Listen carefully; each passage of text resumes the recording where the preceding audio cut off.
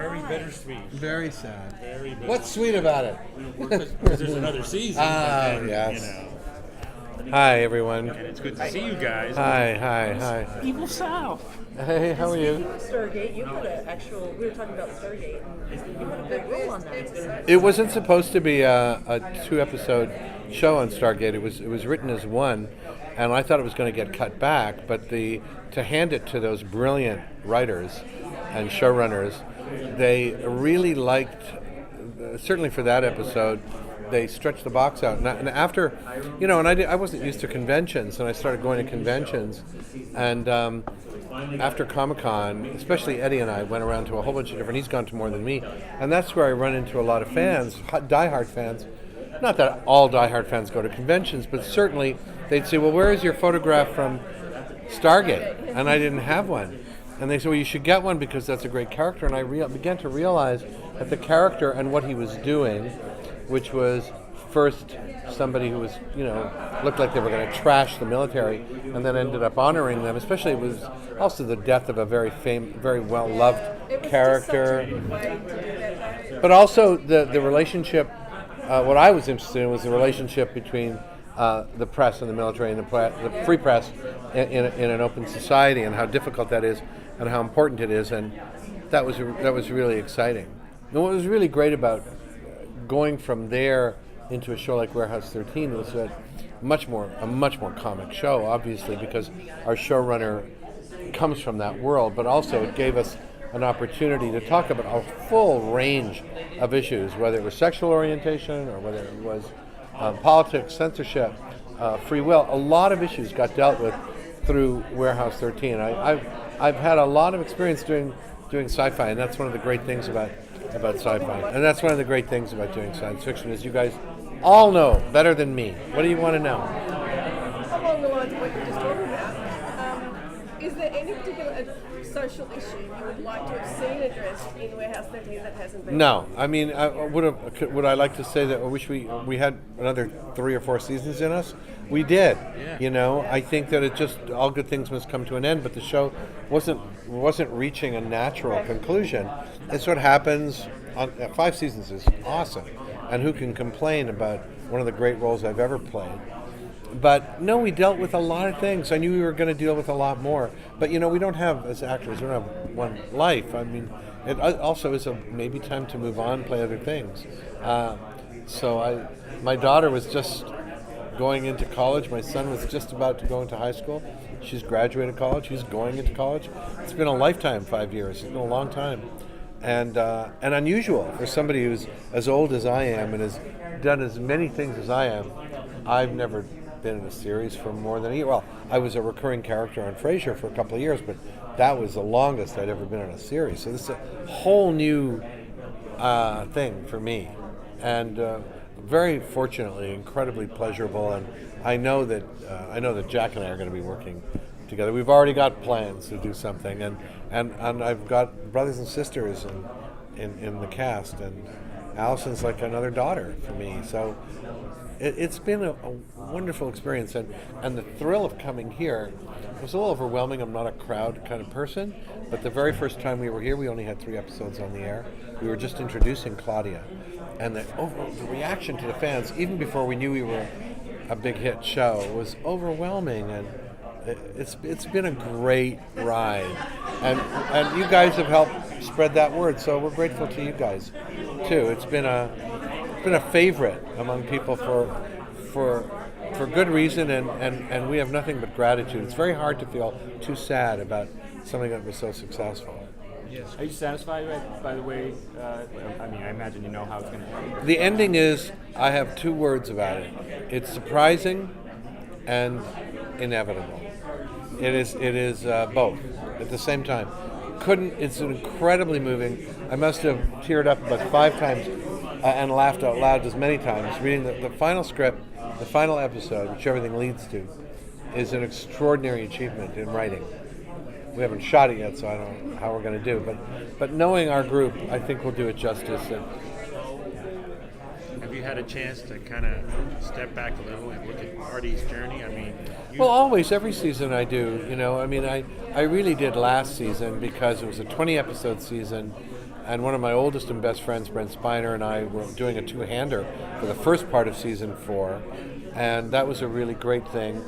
And it was a very dark journey for Artie to come through, the death of a major and well-loved character, and it was it really was challenging, and they wanted to write something challenging for Artie, and I had to step back. In fact, there was one scene in that episode where I had to remember and I had to improvise the entire journey of that whole season before he really goes dark. It's been professionally not something I was really expecting. I've done a lot of movies. I've done a lot of guest stars on shows. I've directed 4 films. I'm writing. I've written a lot. I'm going back to directing and writing. And I wasn't expecting, at the age of whatever I was when that happened, 59 or something, that when I got this role, that I would end up with such a great role that would last so long. I wasn't expecting it. So it goes to show you that you never know. And maybe the next thing is going to be wonderful too. I'm a very optimistic, ridiculously optimistic person, and I have a great marriage, I have a great family. I'm really a blessed fellow.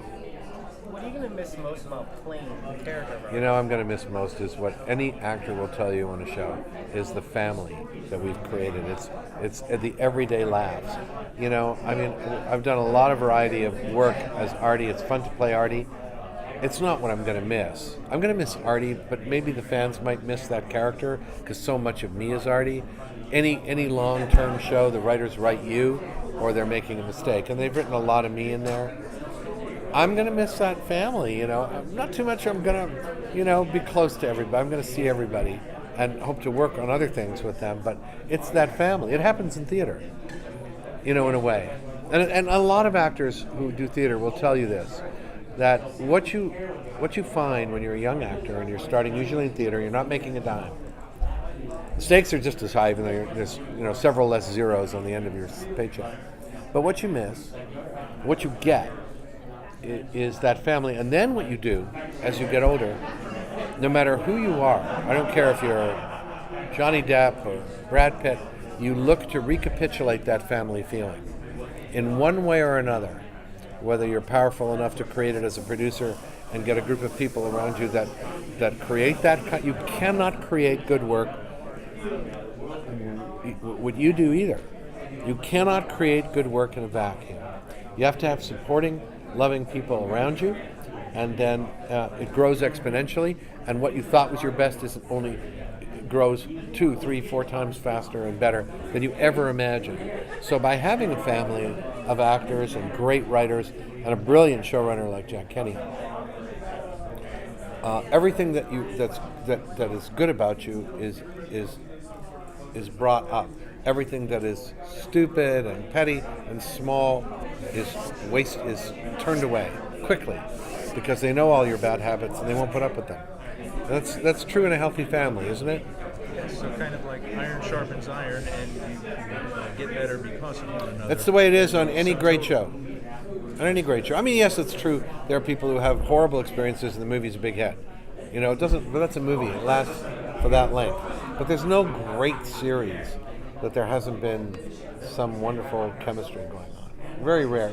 If that's true, then it's rare. Then it's an exception. That's the magic word. Chemistry. You guys had it in spades. We had it in spades. They did a great job casting us. They're very smart. It shows on the screen. You can see it. Yeah. It really does. Yeah, we have a great time. We laugh all day long. It's like we're all in on the joke. It's great. Yeah, and we try not to make it too... We try to keep the stakes important. Yeah. You know, we try not to turn it into satire. But I'm grateful to you guys for spreading the word. You mentioned directing. Had you directed any episodes of Warehouse? No, it was impossible. They asked me to. They wanted to do, especially this year, but I can't prep. Prep is at least 10 days of solid work of looking at locations, casting, and having production meetings. And Artie is too much in the shows for me to have been able to do it. I would have loved to. It would have been a lot of fun, but it wasn't possible on this show. So I've written other things Can you tell for us that about to it? happen. You mentioned that there were other things that you were I can't because you jinx them, and I have to yet pitch them professionally and get them out there. I've written. Well, one thing I can tell you is that I may have told you before. I wrote a play called Terrible Advice, which was on in London in 2011. And I'm looking for, now it's out to directors, and we're looking for a production of Terrible Advice here in the United States. I'm hoping that that'll be done. And I've written another play that I'm hoping to get done, and a couple of television things and a feature. I work all the time. I don't wait for the phone to ring. Can't wait for the phone to ring. One of my favorite things I've ever seen, other than, of course, Warehouse 13, is that one episode of Star Trek Next Generation where you turn With Brent. Where you turn data into your toy. What's your favorite of the guest spots that you've done through all the years? Well, that's one of them. I did an episode of. I did an episode. Hey, darling. I did an episode of Outer Limits that took me back in time to a concentration camp. My parents are Holocaust survivors, and it might have been trivialized it given it was a science fiction show. But it was with Jan Rubisch, who was an old friend of mine, the late Jan Rubisch. He's a great actor. He was in Witness. He played the grandfather in Witness. He was the Nazi that I was hunting.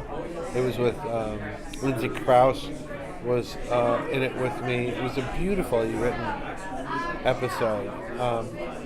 I love doing the Psych episodes, which was a telenovela episode. It was really, really cool. The Stargate is one of my favorite ones. And I have to say that one of the most fun things I've ever done in my life was playing Donnie on Frasier for a couple of years with that amazingly talented group of actors and writers. Was a highlight of my career. I loved every second of doing it. It's a while ago now, but I sure loved it. Those are some of the most fun guest star roles that I've. I'm probably leaving something out. I'm very old. I've done a lot of things. So. Are you a science fiction fan yourself? Yeah. Well, I am, but I'm a fan of a lot of genres. I like good writing. So whether or not it's it doesn't matter to me whether it's a thriller or whether it's